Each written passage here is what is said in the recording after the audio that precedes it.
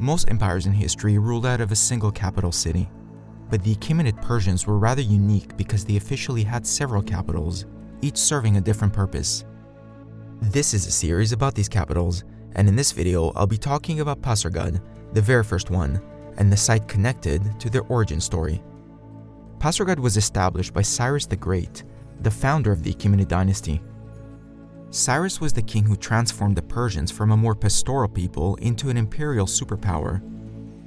In a remarkably short period of time, he conquered vast territories, and the first major power he defeated were the Medes, in a major battle in 550 BC.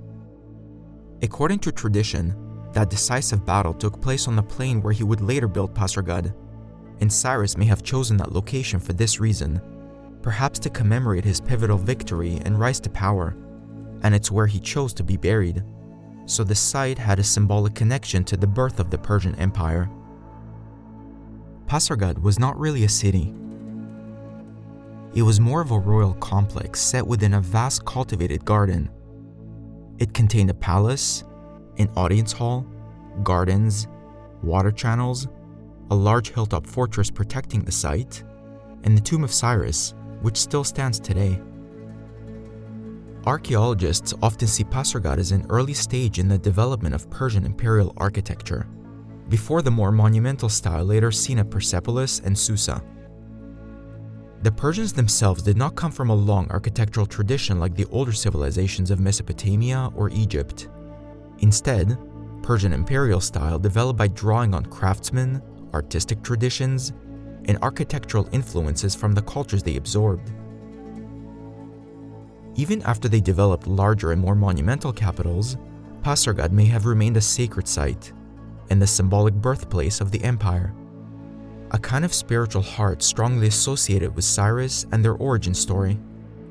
Later traditions also claim that every new Achaemenid king was crowned here. Out of all the Persian capitals, Pasargad was the smallest, probably too small to house the entire royal court, which may have had up to thousands of people working in it at the peak of the empire. The infrastructure was simply not there to function as a major residential capital, but it remained an important ceremonial and dynastic center. Let's look at the site in more detail. We'll start with the most famous and visually striking monument, the Tomb of Cyrus.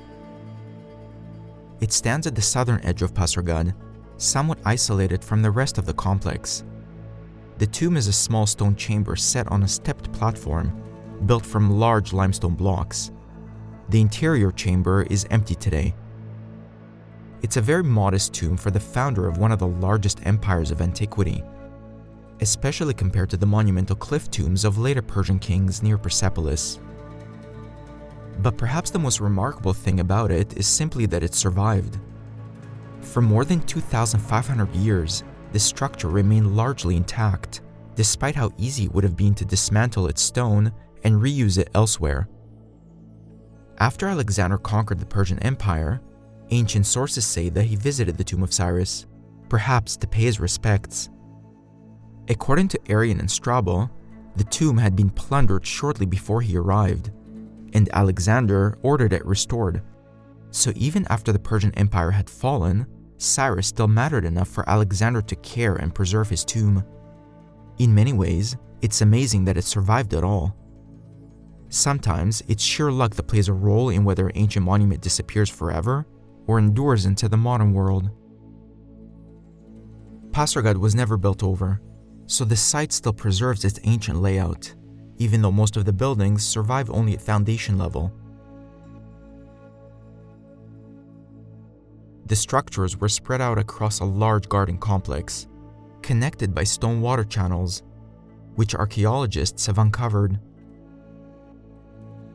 They can even be seen on Google Earth. Rather than a dense urban center, Pasargad was designed as a quiet royal landscape of gardens, pavilions, water channels, and open space. A mini paradise.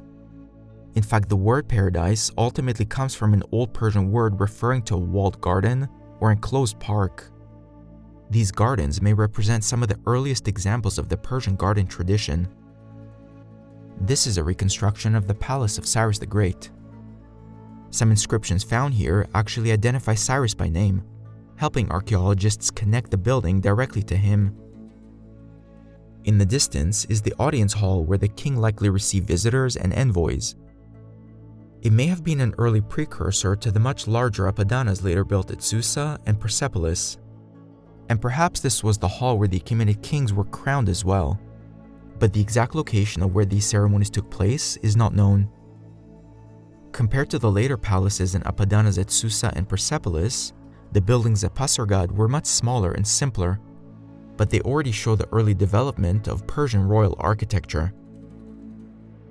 Now that you've oriented yourselves to the monuments, this wider view will make more sense. We can see the Palace of Cyrus, the audience hall, and in the distance, the tomb of Cyrus, which in antiquity was surrounded by an enclosing wall. This reconstruction is facing south, and the mountains in the distance are based on the actual topography of the region. The pass cutting through them leads towards Persepolis, the later ceremonial capital of the Persian Empire. Travelers moving between Pasargad and Persepolis would have crossed these mountains. The two sites are about 80 kilometers apart, a journey that took a few days on foot. If you'd like to virtually go to Persepolis yourselves, I made an entire documentary about the site, its architecture, and how Alexander the Great destroyed it. And if you'd like to learn about Susa, the administrative capital of the Persian Empire, I made a video about that as well. My name is Jordan, and thank you for watching.